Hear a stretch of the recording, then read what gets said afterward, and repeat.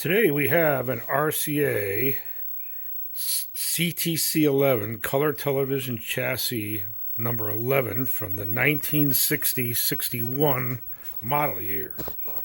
Had a crappy picture, low brightness, just looked dull, and the problem ended up being the high voltage was quite low. It was about 17,000 kV.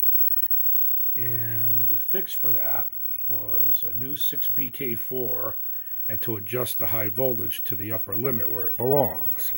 We have it set up on the Tele-Matic Test Jig here, and had gone through this set about 20 years ago. It's for the Vintage Radio and Communications Museum of Connecticut.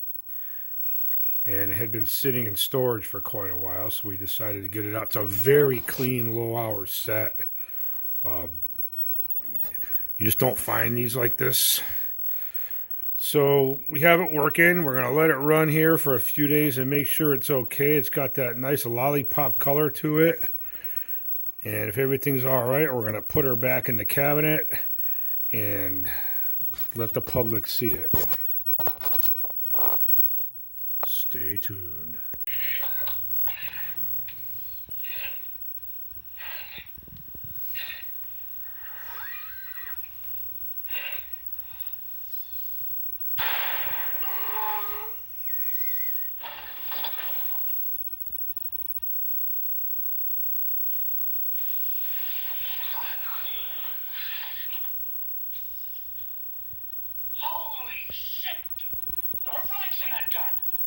I didn't even point the gun at him! Holy shit!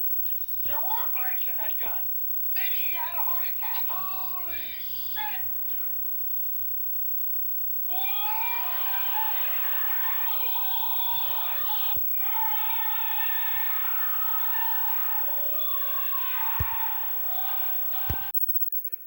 So here we have a 1961 RCA CTC 11 color television chassis. CTC standing for Color Television Chassis.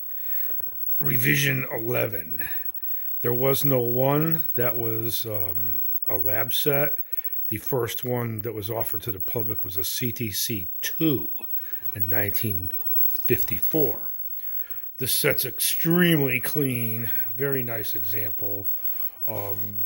This is a very reliable unit. This run actually started with the CTC 7 in 1957, and this is a chassis that they revised and made improvements to, and this is the last run of this type of chassis. The 11 was the last run, so you had 7, 9, and 11 were similar. What makes this set extremely reliable as opposed to the ones before it, number one, it came from the factory with the Sprague orange drop caps, a significant improvement over the wax caps that were there before.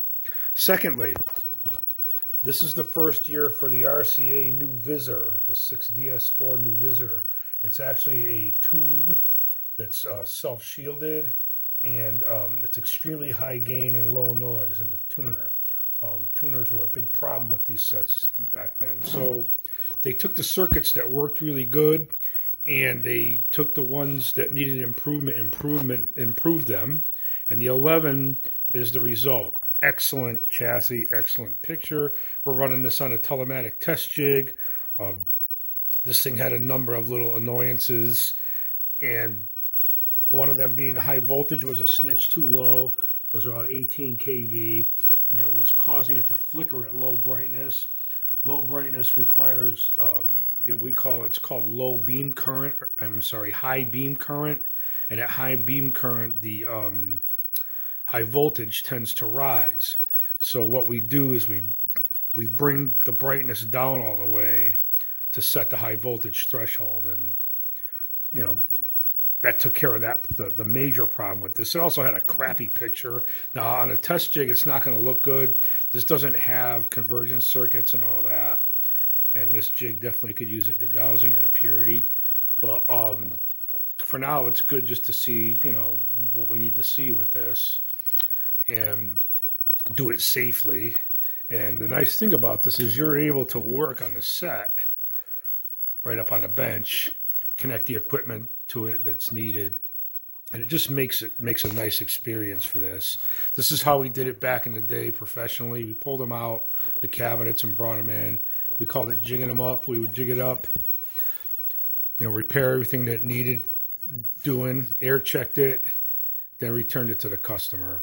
So there you have it. The next set that's coming on the jig, we're just kind of warming up here, to get ready for the biggie, which is going to be a 1956 CTC 5.